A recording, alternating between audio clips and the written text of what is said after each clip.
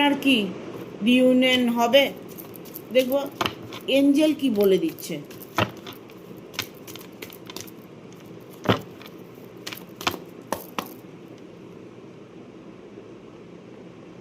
না, এই মুহূর্তে আপনার সাথে কোনোভাবেই সে কানেক্ট হতে পারছে না।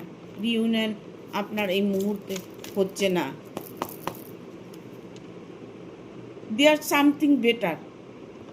হয়তো দেখা গেল এই রিলেশনের থেকে আরও বেটার কোনো রিলেশন তোমার জীবনে আসবে, বেটার কোনো কিছু তোমার লাইফে আসতে চলেছে। এঞ্জেল এটাই বলছে। পারফেক্ট টাইমিং, সময়টা এখন তোমার ভালো।